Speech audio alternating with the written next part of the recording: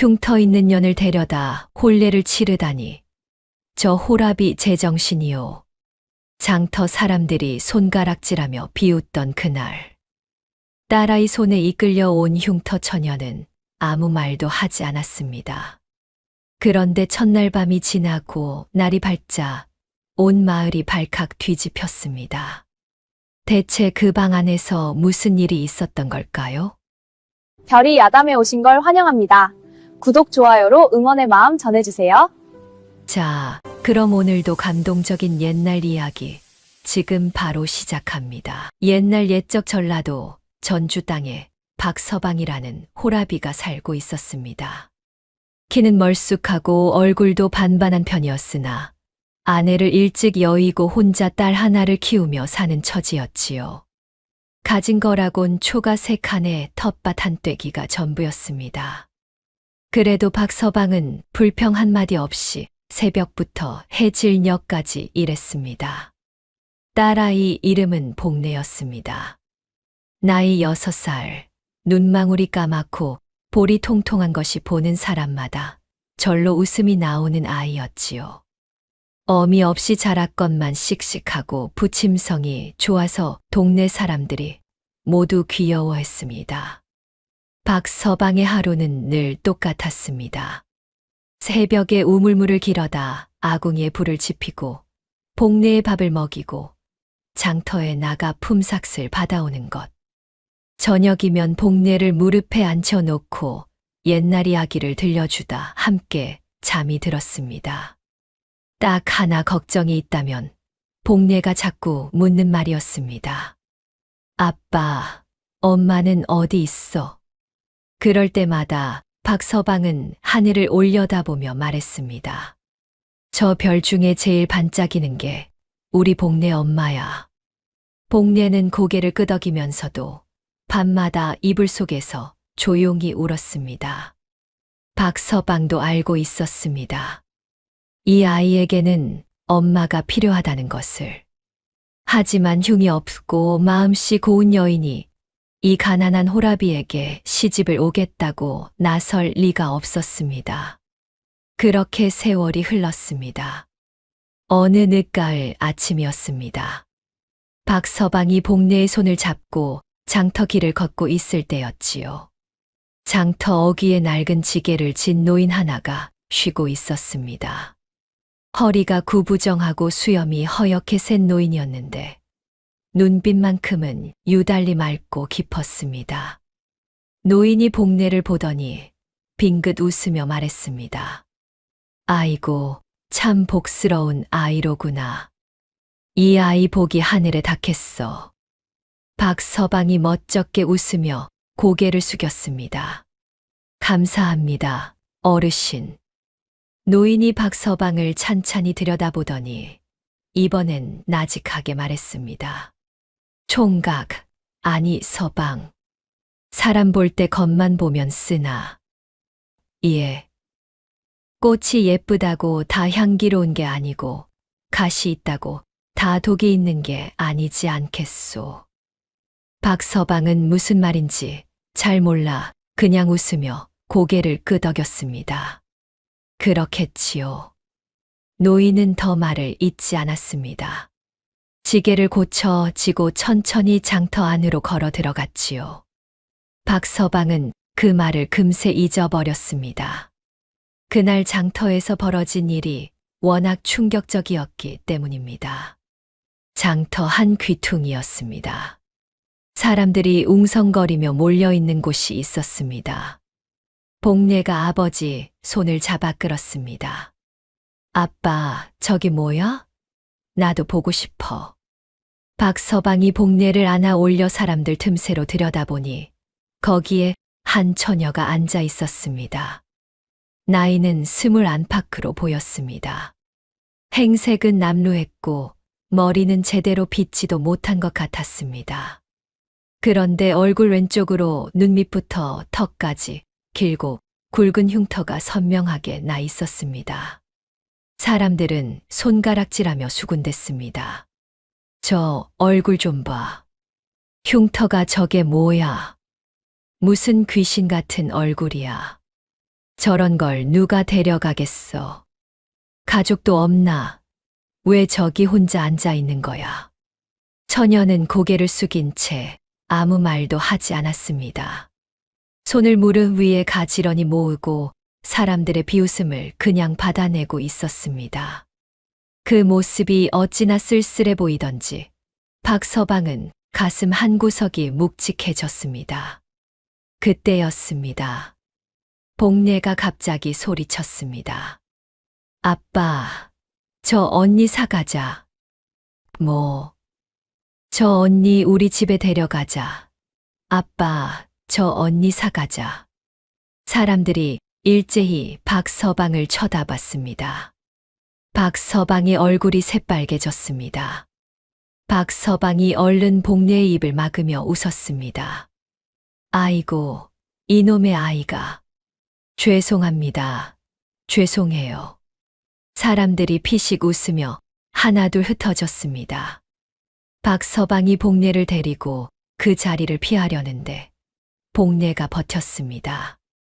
아빠, 저 언니 눈이 슬퍼. 우리 집에 데려가면 안 돼. 복례야, 그런 말 함부로 하는 거 아니야. 왜? 언니 불쌍하잖아. 아무도 없잖아. 그래도 박서방은 말을 잇지 못하고 멈칫했습니다. 자기도 모르게 처녀 쪽으로 눈이 갔습니다. 처녀는 여전히 고개를 숙이고 있었습니다. 하지만 귀가 빨개져 있었습니다. 복례의 말을 듣고 있었던 것입니다. 박서방이 조심스럽게 다가가 물었습니다. 저 실례지만 가족이 없으신가요? 처녀가 천천히 고개를 들었습니다. 가까이서 보니 흉터는 확실히 눈에 띄었습니다. 하지만 흉터 너머로 보이는 눈빛은 맑고 단단했습니다. 예, 없습니다. 목소리가 낮고 차분했습니다. 어디서 오셨습니까? 충청도 쪽입니다. 부모님이 일찍 돌아가셔서 머물 곳이 없습니다. 박서방은 잠시 말을 잃었습니다. 이 처녀에 대해 좀 더 알아야 할 필요가 있었습니다. 장터 한쪽에 자리를 잡고 앉아 이야기를 나눴습니다. 처녀의 이름은 갑분이었습니다. 22살로 박서방보다 6살 아래였지요. 갑분이의 사연은 이러했습니다. 어릴 적 화재로 얼굴에 흉터를 얻었고 그 흉터 때문에 평생 천대를 받으며 살았습니다. 부모가 살아있을 때는 그나마 버텼지만 두 분이 차례로 세상을 떠나고 나자 갑분이는 혼자가 되었습니다. 혼처를 구하려 했지만 얼굴을 보는 순간 모두 고개를 저었습니다. 먹고 살 길이 막막해 이 고을 저 고을 떠돌다가 전주 장터까지 흘러들어온 것이었습니다. 박서방은 갑분이의 이야기를 들으며 가슴이 아렸습니다. 자신도 아내를 잃고 혼자서 복례를 키우는 처지라 남의 아픔이 더 크게 와닿았습니다. 그런데 이야기를 나눠보니 갑분이는 여느 처녀들과 달랐습니다. 말 한마디 한마디가 또렷하고 사리에 맞았습니다. 박서방이 살아가면서 겪은 이런저런 어려움을 슬쩍 꺼내자 갑분이가 조용히 말했습니다. 그럴 때는 이렇게 해보셨나요? 그 말이 어찌나 정확하게 핵심을 짚던지 박서방이 무릎을 탁 쳤습니다. 아니, 어떻게 그걸 알았습니까? 어릴 때부터 혼자 이것저것 부딪혀 살다 보면 자연히 알게 됩니다. 복례는 그 사이 갑분이의 무릎에 올라앉아 있었습니다. 갑분이가 머리를 쓰다듬어 주자 복례가 눈을 반짝이며 말했습니다. 언니 손이 따뜻해. 갑분이가 처음으로 웃었습니다. 그 웃음이 흉터를 다 가렸습니다. 박서방은 그날 오래도록 갑분이와 이야기를 나눴습니다. 한편 이 장터에는 박서방의 이웃인 이첨지라는 자가 있었습니다. 키가 작고 눈이 가늘어 어딘지 모르게 꼼꼼한 인상을 풍기는 사람이었는데 남의 일에 참견하기를 좋아했습니다. 이 첨지가 멀찌감치 박서방과 가뿐이를 지켜보다가 혀를 찼습니다. 저 호라비가 이제 정신이 나갔나.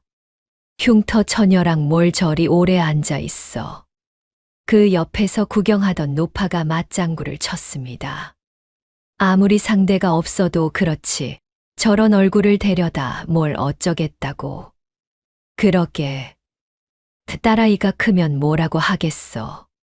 엄마 얼굴이 저렇게 무서우면 친구들한테 창피하지. 마을 여인들도 하나같이 고개를 절레절레 흔들었습니다.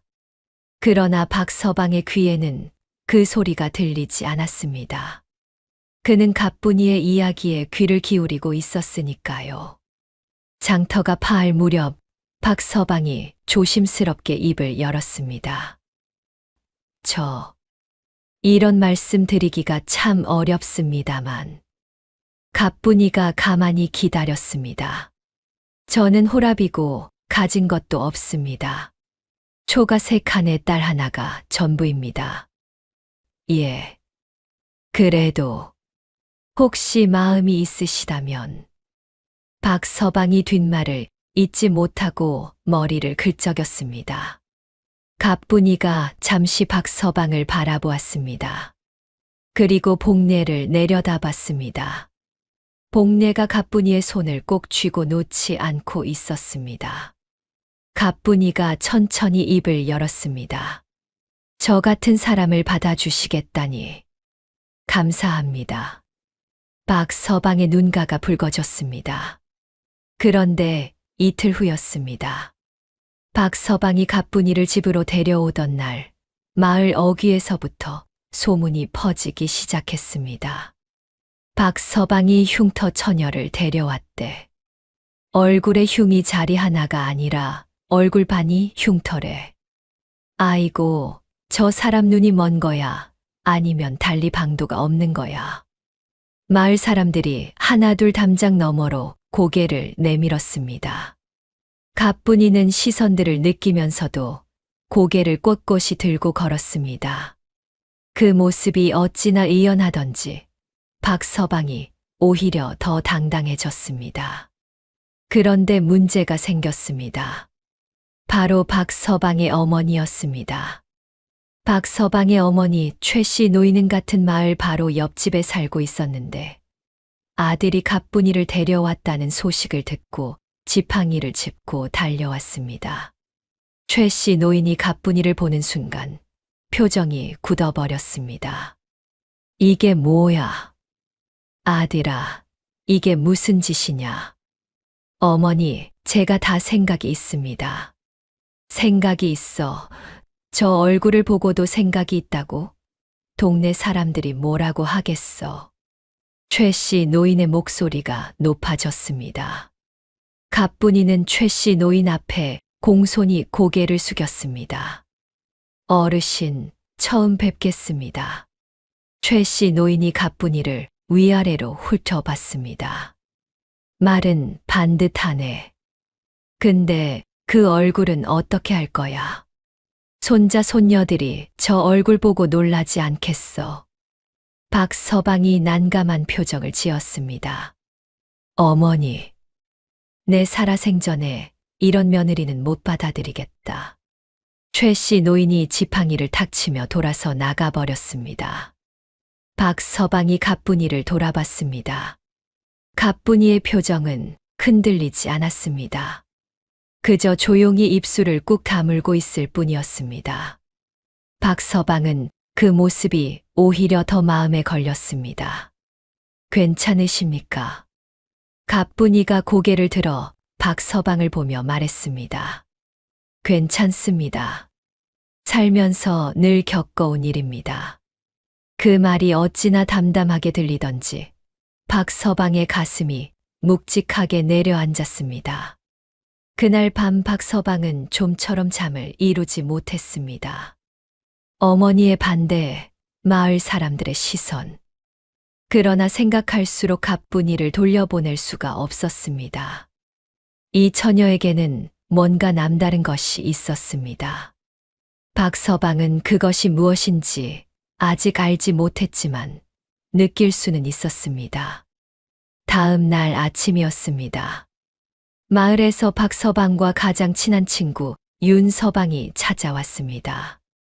윤서방은 성격이 화끈하고 입이 걸쭉한 사람으로 박서방보다 2살 위였습니다.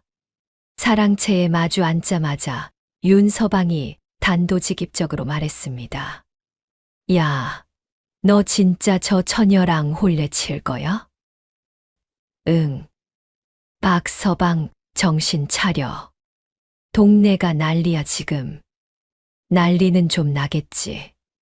좀 나. 이 첨지 어른이 어제 마을회의 열어서 박서방 설득하자고 했다고. 마을 어른들이 다 모인다니까. 박서방이 눈썹을 찌푸렸습니다. 그 사람들이 내 혼사에 왜 끼어들어? 끼어드는 게 아니라 걱정하는 거잖아. 야, 솔직히 말해. 저 흉터가 좀 그렇지 않아? 복례가 잘하면서 친구들한테 뭐라 그럴 거야. 복례가 제일 먼저 따라갔어. 그건 아이니까 그렇지. 아이는 몰라. 박서방이 찻잔을 내려놓으며 말했습니다. 윤서방, 나는 저 처녀 눈빛을 봤어. 얼굴이 아니라 눈빛. 윤빛. 반년을 혼자 떠돌면서도 구부러지지 않은 눈빛이야. 그게 보통 사람 눈빛이 아니야. 윤서방이 한동안 말이 없었습니다. 그러다가 그적이며 말했습니다. 어머니는 반대하셔. 당연하지. 박서방 어머니가 얼마나 체면 중히 여기시는 분인데. 알아. 그러면? 설득해야지. 윤서방이 한숨을 쉬었습니다. 야, 나는 내 편이야. 근데 진짜로 괜찮겠어? 살다 보면 별일이 다 생기는데. 저 처녀 믿을 수 있어? 응. 뭘 보고? 말 한마디를 들어봐. 그냥 알아. 윤서방이 고개를 절레절레 흔들다가 피식 웃었습니다. 모르겠다. 너 눈이 틀린 적은 없었으니까. 그날 오후 마을 어른 5이 박서방 집으로 찾아왔습니다. 이 첨지를 앞세우고 사랑채에 가득 앉은 어른들이 차례로 말했습니다. 박서방, 자네 아직 젊어. 더 좋은 혼처 구할 수 있어. 살다 보면 얼굴도 중요한 법이야. 첫날부터 흉터를 마주하면서 밥 먹을 수 있겠어. 복례도 생각해야지. 학교 가면 친구들이 뭐라고 하겠어. 자네 어머니가 얼마나 속상해 하시는지 알아? 아들 하나 믿고 사시는 분인데. 박서방은 어른들의 말을 다 들었습니다. 그리고 조용히 입을 열었습니다. 어르신들 고맙습니다. 그런데 저는 이미 결정했습니다. 아직도 정신을 못 차렸구먼. 정신은 멀쩡합니다. 다만 저는 어르신들과 다른 걸 봤습니다. 뭘 봤다는 거야? 박서방이 말했습니다. 장터에서 사람들이 손가락질하고 비웃을 때 저 처녀는 고개를 숙이지 않았습니다. 주저앉지도 않았습니다. 그게 보통 사람이 할 수 있는 일이 아닙니다. 어른들이 잠자코 있었습니다. 이 첨지가 마지막으로 한마디 했습니다. 박서방, 후회할 거야. 박서방이 고개를 숙였습니다. 후회는 제가 하겠습니다. 어른들이 하나둘 일어났습니다. 이 첨지가 문을 나서면서 혼잣말처럼 중얼거렸습니다. 흉터 있는 년이 며느리라니. 최씨 노인이 불쌍하지. 그 말이 안채까지 들렸습니다. 안채에서 가뿐이가 복례의 저녁밥을 짓고 있었습니다. 가뿐이의 손이 잠깐 멈췄습니다. 그러다가 다시 움직였습니다. 밥은 타지 않았습니다. 그날 밤이었습니다. 박서방의 어머니 최 씨 노인이 다시 찾아왔습니다. 이번에는 밤중에 몰래 가뿐이가 혼자 있는 부엌으로 들어왔습니다. 너, 나 좀 봐. 가뿐이가 일어서서 고개를 숙였습니다. 어르신, 내 아들이 저러는 거 내가 무슨 수를 쓴 거야? 술 아니요. 호랍이라고 구슬린 거 아니야? 어린 아이를 이용한 거 아니고. 가뿐이가 최 씨 노인을 바라봤습니다. 흔들림이 없었습니다. 아닙니다. 그럼 뭐야? 멀쩡한 내 아들이 왜 저러는 거야? 저도 모릅니다. 최 씨 노인이 눈을 가늘게 떴습니다. 너 여기서 나가줄 수 없어. 조용히.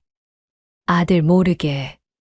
가뿐이가 잠시 눈을 내려깔았습니다. 내 아들 평생 소문 달고 살아야 해. 내가 진짜 아들 생각하면 떠나야지. 가뿐이가 천천히 고개를 들었습니다. 어르신, 하룻밤만 생각할 시간을 주십시오. 최 씨 노인이 코를 훌쩍이고 나갔습니다. 가뿐이는 그날 밤 혼자서 오래도록 앉아 있었습니다. 날이 밝기 전이었습니다. 가뿐이는 아궁이에 불을 지피고 아침밥을 지었습니다. 밥이 다 되었을 무렵 박서방이 일어나 부엌으로 왔습니다. 벌써 일어나셨네요. 예. 박서방이 가뿐이의 얼굴을 보니 한숨도 못 잔 것 같았습니다. 괜찮으십니까? 어머니가 어제 뭐라 하셨나요? 가뿐이가 잠시 말이 없다가 입을 열었습니다. 서방님. 예. 저를 그냥 내보내시는 게 나을 수도 있습니다. 박서방의 눈썹이 모였습니다. 무슨 말씀입니까? 어르신도 반대하시고 마을 사람들도 그렇고 저 때문에 서방님이 너무 힘드실 것 같아서요. 가뿐이 씨. 박서방이 가뿐이 앞에 마주 앉았습니다. 제가 어제 마을 어른들한테 뭐라고 했는지 아십니까? 후회는 제가 하겠다고 했습니다. 가뿐이가 박서방을 바라봤습니다. 그 말 진심입니다. 저는 가뿐이 씨가 마음에 듭니다. 흉터 때문에 마음이 바뀌지는 않습니다. 하지만 어르신이, 어머니는 제가 설득하겠습니다. 시간이 걸리더라도. 가뿐이의 눈이 잠시 흔들렸습니다. 정말 그렇게 생각하십니까? 예. 가뿐이가 긴 숨을 한 번 내쉬었습니다. 그리고 고개를 들며 말했습니다. 그렇다면 저도 최선을 다하겠습니다. 예. 어르신 마음을 돌려드리겠습니다. 제가 직접. 박서방이 눈을 크게 떴습니다. 가뿐이가 처음으로 단호한 눈빛을 보였습니다. 저는 도망치지 않겠습니다. 여기서 살겠습니다. 박서방은 그 말을 듣고 나서야 마음이 놓였습니다. 그렇게 두 사람의 혼례 날짜가 잡혔습니다. 혼례를 일주일 앞둔 날이었습니다. 가뿐이가 우물가에서 빨래를 하고 있는데 옆집 할머니 송 씨가 다가왔습니다. 송 씨 할머니는 마을에서 나이가 제일 많은 어른으로 80이 넘었음에도 허리가 꼿꼿하고 눈빛이 살아있었습니다. 아가씨. 가뿐이가 고개를 들었습니다.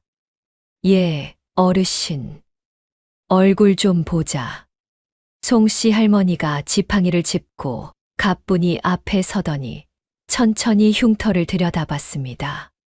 가뿐이는 도망치지 않았습니다. 불에 대었구나. 예.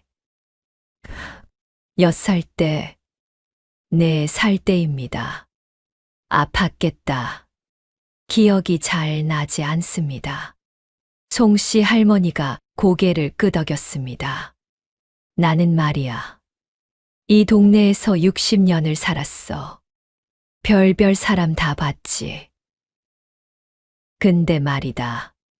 힘든 일 겪은 사람 치고 사람 볼 줄 모르는 사람 없더라고.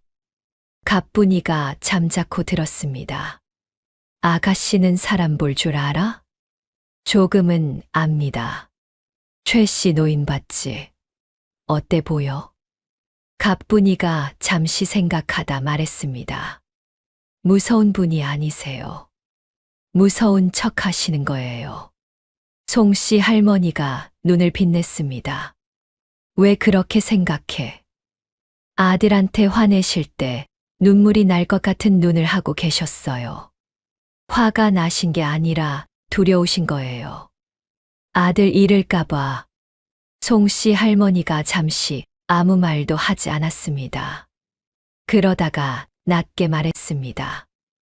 맞아. 그 양반이 그래. 그래서 저도 무섭지 않습니다. 송 씨 할머니가 가뿐이의 손을 꼭 쥐었습니다. 손이 거칠고 따뜻했습니다. 아가씨, 한 가지만 기억해. 사람 마음 얻는 건 말이 아니야. 예. 행동이야. 말이 아니라 행동. 가뿐이가 고개를 숙였습니다. 명심하겠습니다. 송 씨 할머니가 지팡이를 짚고 일어서며 덧붙였습니다. 그리고 하나 더. 최 씨 노인 무릎이 안 좋아. 비 오기 전날 밤에 특히 더 아프지. 그거 알아두면 쓸 데가 있을 거야. 가뿐이가 고개를 들어 송 씨 할머니를 바라봤습니다. 할머니가 빙긋 웃으며 걸어갔습니다. 그날 이후 가뿐이는 달라졌습니다. 최 씨 노인의 집 앞을 지날 때마다 마당을 쓸었습니다. 텃밭에 잡초가 난 것을 보면 말없이 뽑아 놓았습니다. 최 씨 노인이 나와서 째려봐도 가뿐이는 조용히 인사만 하고 물러났습니다. 그리고 혼례 나흘 전날 밤이었습니다. 하늘이 잔뜩 흐려지더니 빗방울이 떨어지기 시작했습니다. 가뿐이는 그때를 놓치지 않았습니다. 빗소리가 처마 끝을 두드리는 밤이었습니다. 가뿐이는 부엌에서 따끈하게 데운 쑥찜질 주머니 2개를 들고 조용히 최 씨 노인의 집 문 앞에 섰습니다. 잠시 망설이다가 조심스럽게 문을 두드렸습니다. 어르신, 가뿐이입니다. 안에서 아무 소리가 없었습니다. 가뿐이가 다시 말했습니다. 무릎이 안 좋으시다고 들었습니다.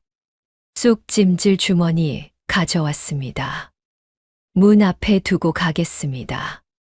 그러고는 주머니를 문 앞에 내려놓고 돌아섰습니다. 10걸음쯤 걸어갔을 때였습니다. 뒤에서 문이 삐걱 열리는 소리가 들렸습니다. 가뿐이가 멈췄습니다. 돌아보지 않았습니다. 그대로 걸어서 자기 방으로 들어왔습니다.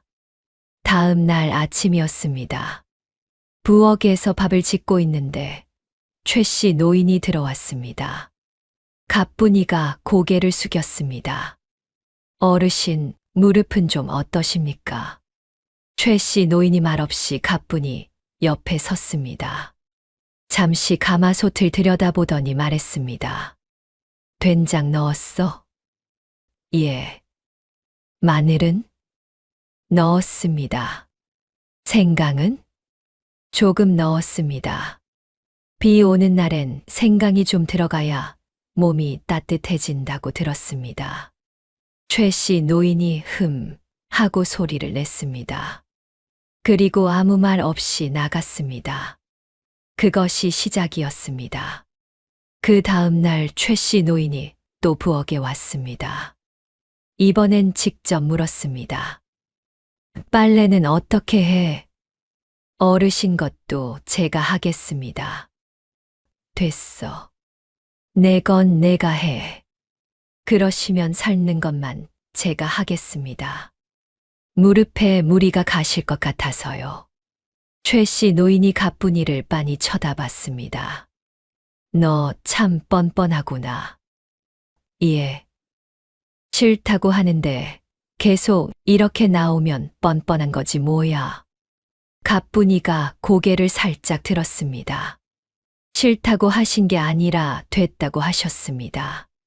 최 씨 노인이 잠깐 멈췄다가 픽 웃었습니다. 그러더니 뭔가를 감추듯 돌아섰습니다. 마을에서 그 광경을 지켜본 이첨지가 눈을 동그랗게 떴습니다. 세상에, 최 씨 노인이 웃었어. 혼례 전날이었습니다. 드디어 마을 사람들이 박서방 집에 몰려들었습니다. 혼례 준비를 도와준다는 명목이었지만 사실은 구경하러 온 것이었지요. 저 흉터 처녀가 어디 있어? 어디서 뭘 하고 있나 보자. 사람들이 눈을 두리번거렸습니다. 가뿐이는 마당에서 혼례상을 차리고 있었습니다. 차분하고 빈틈없이 움직이는 손놀림을 보고 마을 여인들이 웅성거렸습니다. 저거 손이 보통이 아닌데. 음식 차리는 거 보니 요리 솜씨 있겠는데. 그래도 얼굴이 저래서야. 가뿐이가 혼례떡을 고이 쌓고 있을 때였습니다. 갑자기 이첨지의 아내가 다가와 말했습니다. 아가씨, 저 혼례 음식 좀 봐도 돼요? 예, 물론입니다. 이첨지의 아내가 음식들을 하나씩 들여다보더니 눈썹이 올라갔습니다. 어머, 이 잡채 어떻게 한 거야? 이렇게 부드러울 수가. 뜨거울 때 참기름을 많이 넣으면 됩니다. 이 전도 직접 부쳤어. 이렇게 고른 색이 나오기가 쉽지 않은데. 불 조절을 일정하게 하면 됩니다. 어느새 마을 여인 서너시 가뿐히 주변에 모여 이것저것 물어보고 있었습니다. 가뿐이는 묻는 것마다 조용히 대답해 줬습니다. 이첨지의 아내가 마지막으로 물었습니다. 아가씨, 어디서 이걸 다 배웠어요? 가뿐이가 대답했습니다. 혼자 살다 보면 다 하게 됩니다. 그 한마디에 여인들이 조용해졌습니다. 혼자 살다 보면 그 말의 무게를 이 마을에서 남편 없이 혼자 산 경험이 있는 여인들은 알았습니다. 이첨지의 아내가 얼굴이 좀 붉어지며 말했습니다. 잘 됐으면 좋겠네요. 그날 저녁이었습니다. 혼례 준비가 다 끝나고 박서방이 마당에 혼자 서 있었습니다. 가뿐이가 다가와 나란히 섰습니다. 내일이네요. 예. 무섭습니까? 박서방이 피식 웃었습니다.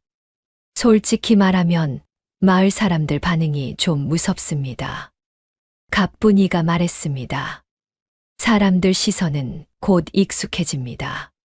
저는 20해 넘게 익숙해졌으니까요. 박서방이 가뿐이를 바라봤습니다. 가뿐이 씨는 무섭지 않습니까? 가뿐이가 잠시 생각하다 대답했습니다. 처음엔 무서웠습니다. 쫓겨날까봐. 지금은요? 지금은 조금 더 버텨보고 싶습니다. 박서방이 말없이 끄덕였습니다. 그런데 바로 그때였습니다. 최 씨 노인이 마당으로 나왔습니다. 박서방이 화들짝 놀랐습니다. 어머니, 주무셔야죠. 최 씨 노인이 박서방을 무시하고 가뿐히 앞으로 걸어왔습니다. 가뿐이가 공손히 고개를 숙였습니다. 최 씨 노인이 한참을 말없이 가뿐이를 들여다봤습니다.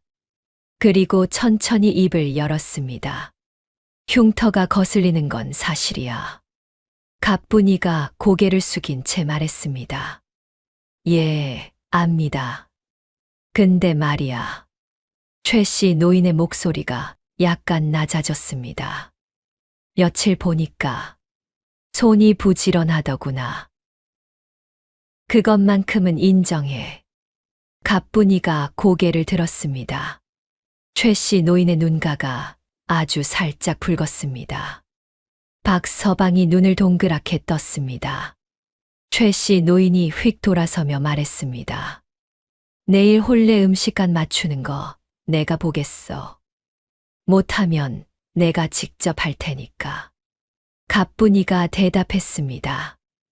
예, 어르신. 부탁드립니다. 최 씨 노인이 방으로 들어갔습니다. 박서방이 멍하니 서 있다가 가뿐이를 돌아봤습니다. 어머니가 저런 말씀을 하셨어요? 가뿐이가 조용히 미소 지었습니다. 드디어 혼례 날이 밝았습니다. 마을 사람들이 구경을 나왔습니다. 가뿐이가 혼례복을 입고 나오는 순간 마당이 조용해졌습니다.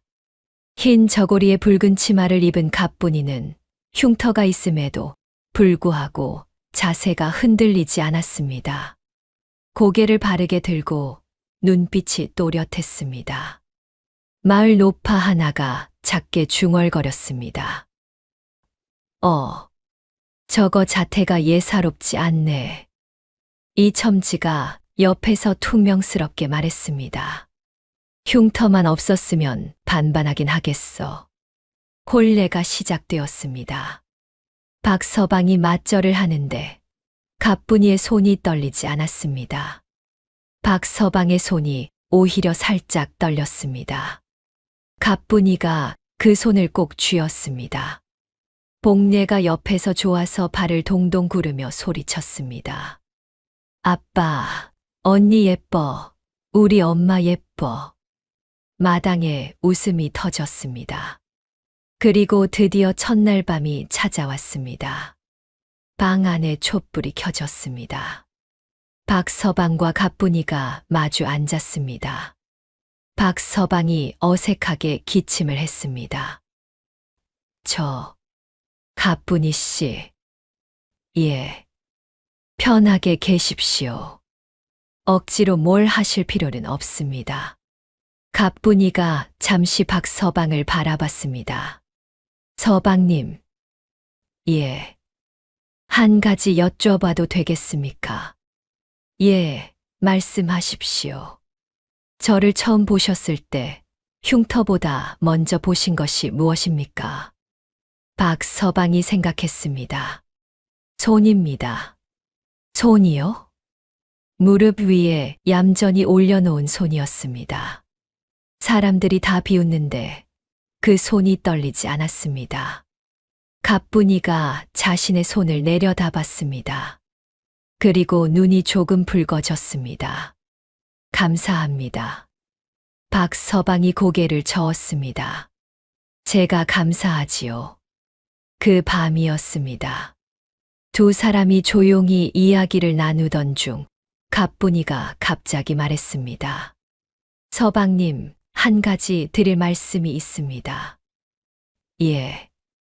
이 집 재산 문제입니다. 박서방이 눈썹을 모았습니다. 재산이요. 가뿐이가 조용히 말을 이었습니다. 제가 여기 오기 전에 이 마을을 좀 살펴봤습니다. 살펴봤다고요? 장터에서 사람들 이야기를 들었습니다. 이 동네에 최참봉이라는 분이 계시다고요. 예, 맞습니다. 우리 마을에서 제일 재산이 많은 분이지요. 그 최참봉이 요즘 논을 빠르게 사들이고 있다고 들었습니다. 그게 왜요? 그 논 중에 서방님 어머니 명의로 된 논이 있습니까? 박서방이 멈칫했습니다. 어머니 명의로 된 것은 아니고 실은 아버지 돌아가실 때 어머니한테 남겨주신 논 두 마지기가 있습니다. 그 논 문서는 어디 있습니까? 어머니가 갖고 계시겠지요. 확인해 보신 적 있습니까? 없는데요. 왜요? 가뿐이가 말했습니다. 장터에서 들으니 최참봉이 문서가 불분명한 논을 먼저 노린다고 했습니다. 관아에 가서 자기 것이라고 신고해버리는 방식으로요. 박서방의 얼굴이 굳었습니다. 설마 내일 아침에 어르신께 한번 여쭤보십시오. 논 문서가 어디 있는지. 다음 날 아침이었습니다. 박서방이 어머니를 찾아가 넌지시 물었습니다. 어머니, 아버지가 남겨주신 논문서 혹시 갖고 계십니까? 최 씨 노인이 눈을 껌벅이다가 말했습니다. 있지. 괴짝 안에 넣어뒀는데. 한번 확인해 봐도 될까요? 최 씨 노인이 방 구석 오래된 나무 괴짝을 열었습니다. 뒤적이다가 멈췄습니다. 없네. 예. 분명히 여기 있었는데. 박서방의 얼굴이 새파래졌습니다. 가뿐이가 뒤에서 차분하게 말했습니다. 어르신, 혹시 최참봉 댁에 다녀오신 적 있으십니까? 요 몇 달 사이에. 최 씨 노인이 생각하다가 말했습니다. 응, 한 번 갔었지. 동네 잔치가 있어서. 근데 그게 무슨 상관이야? 가뿐이가 조용히 말했습니다. 그때 누군가 빼돌렸을 수 있습니다. 박서방이 주먹을 쥐었습니다. 이걸 어떻게 하지? 가뿐이가 말했습니다. 제게 생각이 있습니다. 바로 이 순간이었습니다. 마을 사람들이 가장 예상하지 못한 일이 벌어진 것은 혼례 첫날부터 이 흉터 처녀가 집안을 구하기 위해 나선 것이었습니다. 아직 아무도 몰랐습니다. 진짜 싸움은 이제부터였다는 것을. 최참봉은 이 고을에서 가장 땅이 많은 자였습니다. 나이는 50간 넘겼고 배가 불룩하게 나온 것이 부유함을 그대로 드러냈습니다. 겉으로는 인심 좋은 척했지만 실제로는 남의 땅을 빼앗는 데 능했습니다. 방법은 간단했습니다. 문서가 불분명하거나 분실된 땅을 찾아내어 먼저 관아에 신고해버리는 것이었습니다. 관아에 이하전과 손을 잡고 있었기에 가능한 일이었습니다. 가뿐이는 이것을 장터에서 들은 소문으로 이미 알고 있었습니다. 가뿐이가 박서방에게 계획을 설명했습니다. 일단 최참봉이 아직 관아에 신고했는지 확인해야 합니다. 어떻게요? 제가 장터에 나가겠습니다. 사람들한테서 들을 수 있습니다. 박서방이 눈을 동그랗게 떴습니다. 혼례 이튿날부터요? 논문서가 없어진 것을 알면 최참봉이 바로 움직일 겁니다. 시간이 없습니다. 박서방이 고개를 끄덕였습니다. 가뿐이가 장터에 나갔습니다. 흉터가 있는 얼굴로 장터를 걷는 것은 여전히 시선을 감수해야 하는 일이었습니다. 하지만 가뿐이는 개의치 않았습니다. 장터 국밥집에 들러 막걸리 한 사발을 앞에 놓고 앉아 주위 사람들의 이야기에 귀를 기울였습니다. 그리고 바로 들을 수 있었습니다. 최참봉이 그 호랍이 집논 가져갈 거래. 어떻게? 문서가 없어졌대잖아. 관아, 이하전이랑 짜고 내일 신고한다더라. 가뿐이가 막걸리 사발을 내려놓고 일어섰습니다. 박서방에게 돌아와 말했습니다. 내일 아침 관아에 신고합니다. 최참봉이요. 예. 오늘 밤 안에 우리가 먼저 움직여야 합니다. 하지만 문서가 없는데 어떻게? 가뿐이가 말했습니다. 문서보다 더 중요한 것이 있습니다. 증인입니다. 가뿐이는 그날 밤 송씨 할머니를 찾아갔습니다. 할머니, 부탁드릴 것이 있습니다. 송씨 할머니가 가뿐이를 보며 말했습니다. 왔구나. 뭔데? 박서방 집 논 말입니다. 그 논이 최씨 노인 남편 것이었다는 것을 기억하시는 분이 있습니까? 송씨 할머니가 고개를 끄덕였습니다. 나 기억하지. 그 논 내가 보는 앞에서 팔고 또 살고 했으니까. 관아에 같이 가주실 수 있습니까? 갈 수 있지. 그런데 송 씨 할머니가 가뿐이를 바라봤습니다. 최참봉 만만한 놈이 아니야. 이 아전 1학년이 깊어서 관아에서도 쉽지 않을 거야. 압니다. 어떻게 할 거야? 가뿐이가 잠시 생각하다 말했습니다. 원님을 직접 봐야 합니다. 송 씨 할머니가 눈을 가늘게 떴습니다. 원님을, 그게 쉬운 일인 줄 알아? 쉽지 않다는 것 압니다. 그래도 해봐야 합니다. 그런데 일이 예상보다 빨리 트어졌습니다. 그날 밤 늦게 박서방 집 사랑채 밖에서 인기척이 들렸습니다. 박서방이 문을 열어보니 최참봉의 하인 둘이 서 있었습니다. 최참봉 나리께서 말씀 전하라 하셨습니다. 무슨 말이오? 그 논 문제를 조용히 해결하고 싶으시다 합니다. 논을 시세의 절반에 파시면 소란 없이 마무리되겠다고. 박서방의 얼굴이 굳었습니다. 돌아가시오. 박서방, 잘 생각하시오. 관아 가봤자 문서도 없는데 이기겠소? 가뿐이가 박서방 뒤에서 말했습니다. 잘 전해드리십시오. 사양하겠다고. 하인들이 돌아갔습니다. 그런데 그것이 끝이 아니었습니다. 다음 날 아침 일찍 이번에는 이첨지가 찾아왔습니다. 박서방, 나 좀 봅시다. 박서방이 나가자 이첨지가 소곤거렸습니다. 야, 최참봉이 밤새 마을 사람들 찾아다니며 얘기하고 다녔어. 무슨 얘기를요? 박서방이 논 욕심에 억지 주장 펼친다고. 흉터 처녀가 시집와서 재산 노린다고. 박서방이 이를 악물었습니다. 이첨지가 말했습니다. 마을 사람들이 흔들리고 있어. 어제까지만 해도 저 처녀 손재주 보고 좀 좋게 보던 사람들인데 오늘 아침엔 말이 달라졌어. 조심하라고. 집 안으로 들어와 이 사실을 전하자 가뿐이는 잠시 눈을 감았습니다. 박서방이 주먹을 쥐었습니다.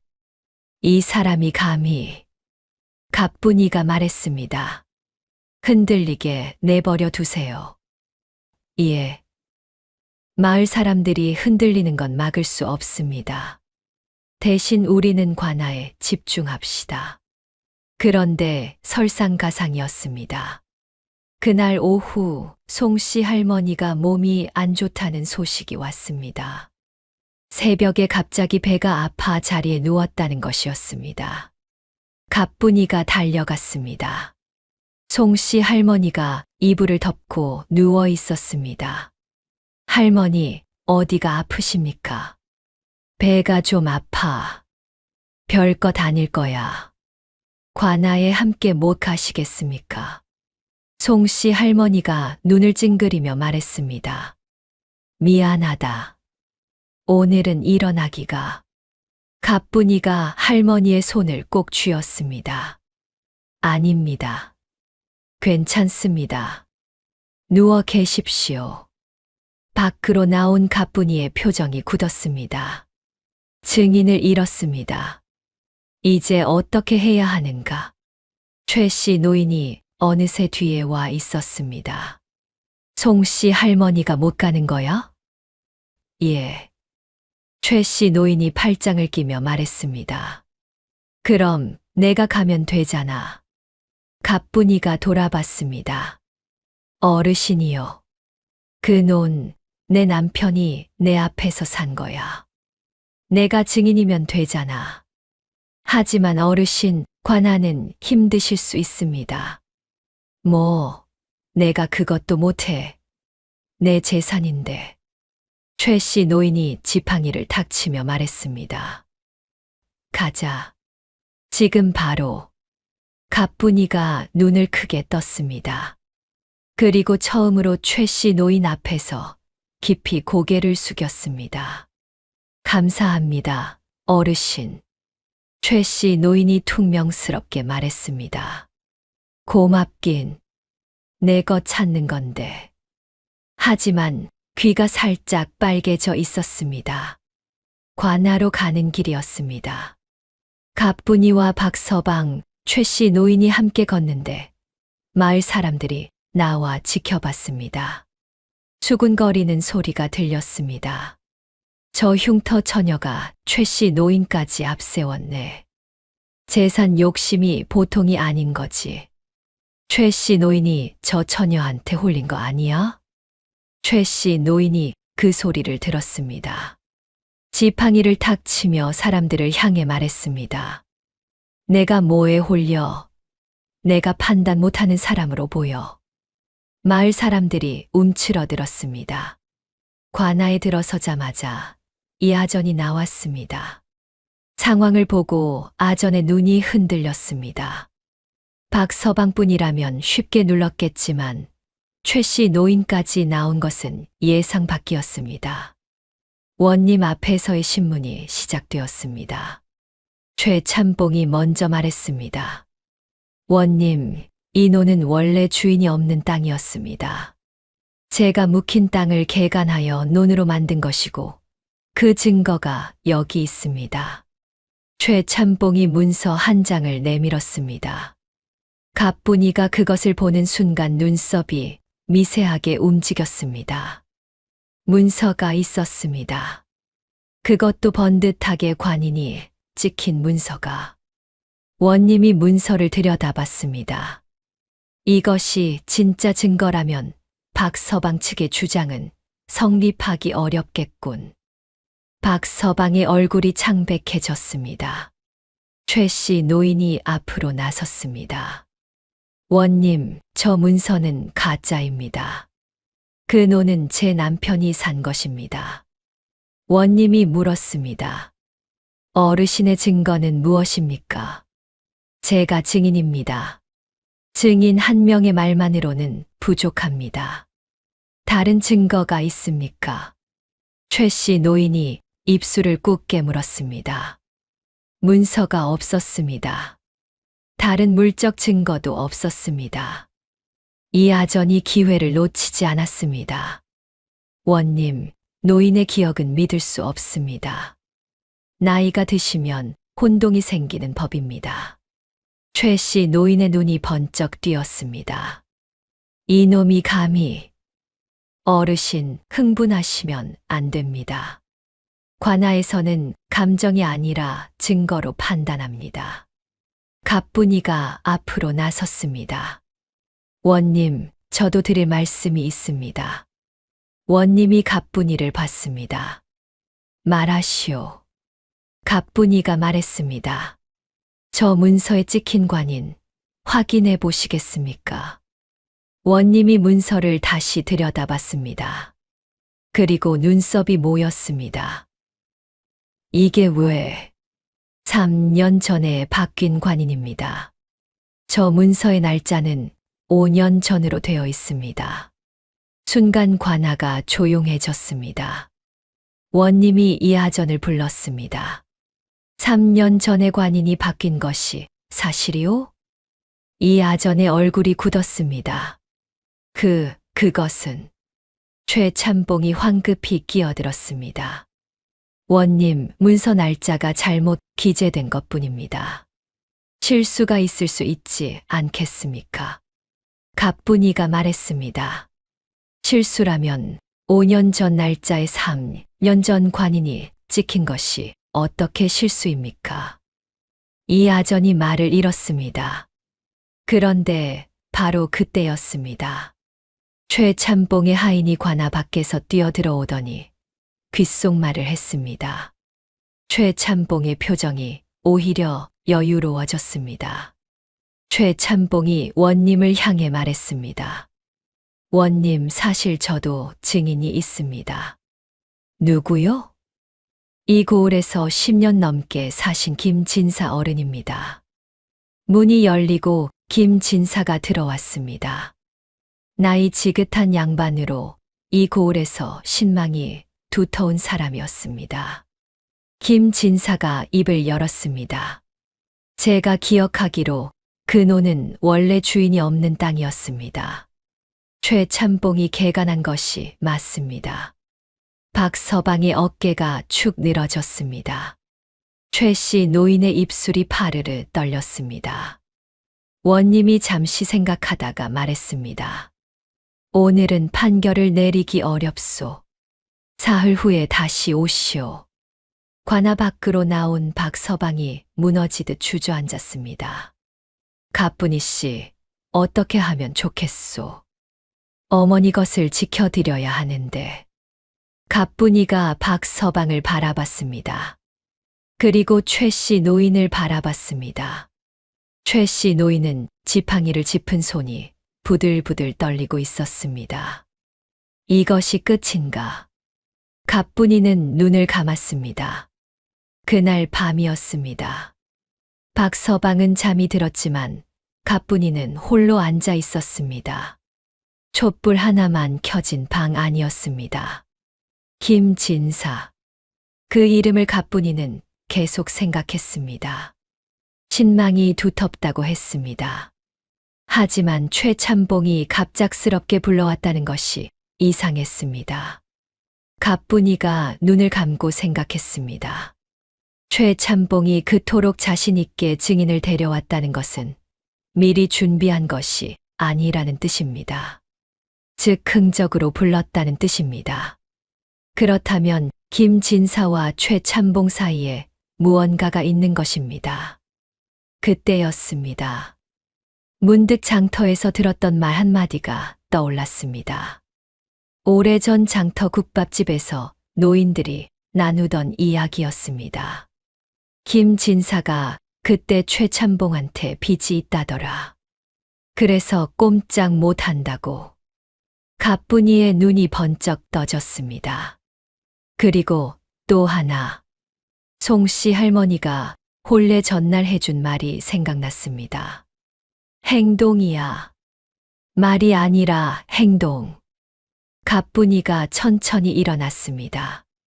촛불을 들고 부엌으로 나갔습니다. 그리고 밤새 생각을 정리했습니다.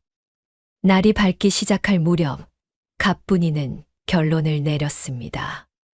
문서도 없고 증인도 막혔습니다.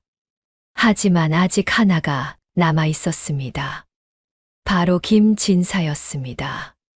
가뿐이는 혼자 김진사 댁으로 향했습니다. 이른 아침이었습니다. 김진사가 마당에서 가뿐이를 보고 눈썹을 찌푸렸습니다. 누구요? 박서방 댁 며느리입니다. 할 말 없소. 딱 한 가지만 여쭙겠습니다. 가뿐이가 말했습니다.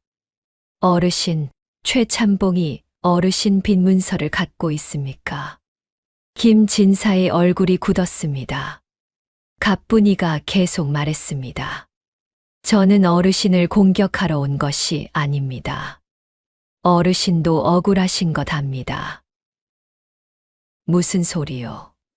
최참봉이 그 빈 문서로 어르신을 움직인 거 아닙니까? 어르신이 그분을 좋아하셔서 증인으로 나선 게 아닐 겁니다. 김진사가 한동안 말이 없었습니다. 마당에 바람이 지나갔습니다. 가뿐이가 조용히 말을 이었습니다. 어르신, 저는 이 고을에 온 지 얼마 안 된 사람입니다. 아무것도 없습니다. 그래서 잃을 것도 없습니다. 김진사가 천천히 가뿐이를 바라봤습니다. 그래서요? 어르신이 사실대로 말씀해 주시면 최참봉이 가진 어르신 빈 문서 문제는 제가 다른 방법을 찾겠습니다. 다른 방법이라니. 원님께 최참봉이 고을 사람들을 빚으로 묶어두고 있다는 사실 자체를 알리는 겁니다. 어르신 이름을 거론하지 않고요. 김진사가 눈을 감았습니다.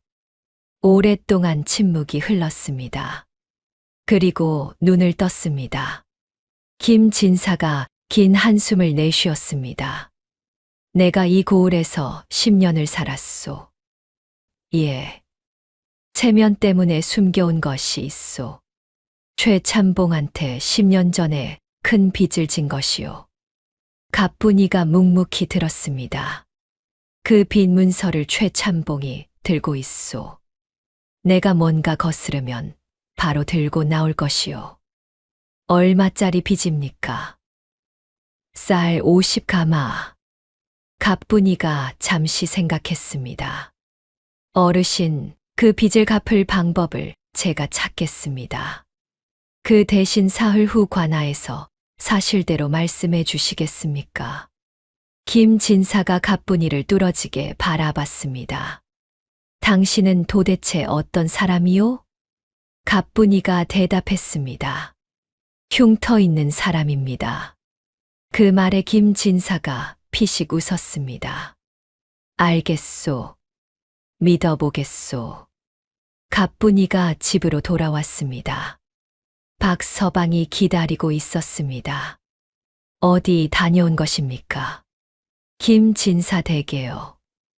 예, 혼자요? 예. 갑분이가 박서방 앞에 앉았습니다.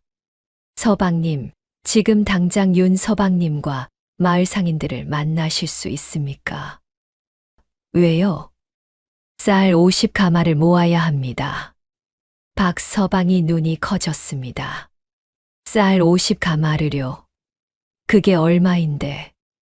적지 않습니다. 하지만 마을 사람들이 힘을 모으면 됩니다. 마을 사람들이 우리를 도와줄 것 같습니까? 지금 다들 등을 돌렸는데. 갑분이가 말했습니다. 최참봉이 논을 빼앗은 것이 우리 집만이 아닐 겁니다. 그 사람들을 찾아가십시오. 박서방의 눈이 번쩍였습니다. 아, 박서방이 윤서방을 불렀습니다. 윤서방이 달려왔습니다. 야, 무슨 일이야? 최참봉한테 논 빼앗긴 집 알아? 우리 말고 또 있어. 윤서방이 눈썹을 올렸습니다. 있지. 적어도 서너 집은 돼. 다들 증거가 없어서 포기했지만 그 집들 찾아가자. 그날 오후 박서방과 윤서방이 마을을 돌았습니다. 최참봉에게 땅을 빼앗긴 집이 모두 5집이었습니다. 다들 억울했지만 혼자서는 어쩔 수 없었던 사람들이었습니다. 갑분이가 그 사람들을 한자리에 모았습니다. 그리고 말했습니다. 함께 하시면 이길 수 있습니다. 사흘이 지나 관아의 날이 다시 왔습니다. 이번에는 달랐습니다. 박서방 일가만 온 것이 아니었습니다. 최참봉에게 땅을 빼앗겼던 5집의 사람들이 모두 관아 앞에 서 있었습니다. 마을 사람들이 구경을 나왔습니다. 이 첨지가 눈을 동그랗게 떴습니다. 세상에, 저 사람들이 다 왜 나왔어? 관아 안으로 들어가자 원님이 자리에 앉았습니다. 최참봉이 들어오다가 사람들의 숫자를 보고 안색이 변했습니다. 원님이 물었습니다. 오늘은 어떤 말을 하려 하오? 갑분이가 앞으로 나섰습니다. 원님, 먼저 한 가지 사실을 말씀드리겠습니다. 말하시오. 최참봉이 제출한 문서의 관인이 날짜와 맞지 않는다는 것은 지난번에 말씀드렸습니다. 하지만 그것만이 아닙니다. 갑분이가 또 다른 문서를 내밀었습니다. 이것은 이 고을 다른 5집에서 최참봉에게 빼앗긴 논 문서입니다.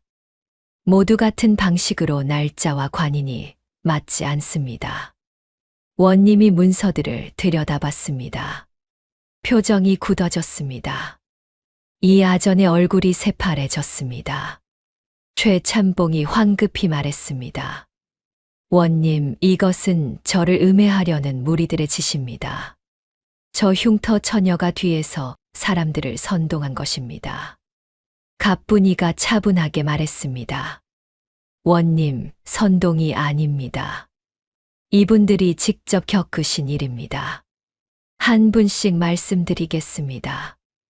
5 집의 사람들이 차례로 나와 말했습니다. 각자의 논이 어떻게 빼앗겼는지, 얼마나 억울했는지를 또박또박 말했습니다.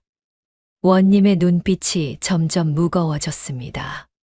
그때 문이 열리고 김진사가 들어왔습니다. 최참봉이 눈을 크게 뜨며 말했습니다. 진사 어른, 무슨.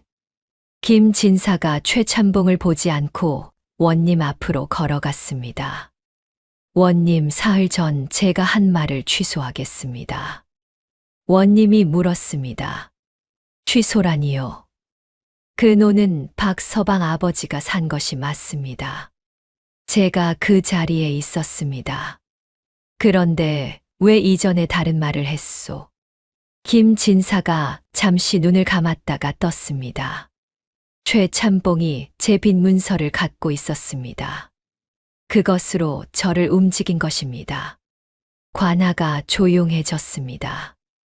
원님이 최참봉을 바라봤습니다. 최참봉의 얼굴이 구겨졌습니다.